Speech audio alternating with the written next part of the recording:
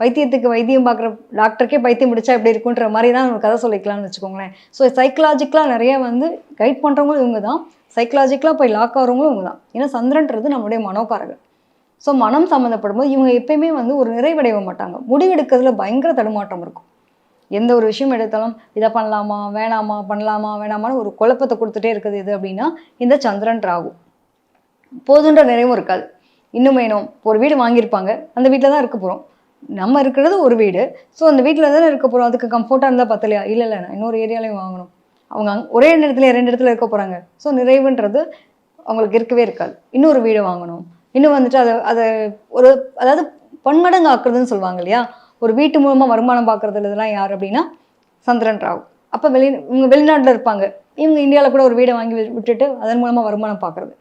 இப்போ இவங்க இங்கே இருக்காங்கன்னா வெளிநாட்டில் கூட ஒரு கொஞ்ச நாள் இருந்திருப்பாங்க, அது சம்மந்தப்பட்ட ஒரு நிலம் புலம் வீடு சம்மந்தப்பட்டதில் இவங்களுக்கு ஒரு வருமானம் அப்படிங்கிறது உண்டு. அதுவும் அந்நிய செலவாணி அப்படிங்கிற ஒரு விஷயம் இருக்கு இல்லையா? வெளிநாடுடைய பணம் அப்படின்றது இவங்க கையில் புழங்குறதுக்கான கொடுப்பனையும் இருக்குது. நிறைவு அப்படிங்கிறது இருக்கவே இருக்காது. அதுதான் இவங்களுக்குலாம் வந்து அந்த ட்ராவல் ரொம்ப பிடிக்கும். எப்பயுமே வந்து பார்த்திங்கன்னா ரொம்ப டென்ஷன் ஆகிறேன் அப்படின்னா எனக்கு ஒரு ட்ராவல் போயிட்டு தான் நல்லா இருப்பேன் அப்படின்வாங்க. ஸோ சந்திரன் ராகு இருக்கவங்களுக்கு அந்த ட்ராவல் அதுதான் ப்ளஸ், அதுதான் மைனஸ். ரொம்ப லாங் ஜேர்னி போகிறது ரொம்ப பிடிக்கும். பட் அந்த லாங் ஜேர்னி ரொம்ப வேகமாக போனால் என்ன ஆகும்? பஞ்சாயத்து அனுபவிக்கிறது இவங்க தான்.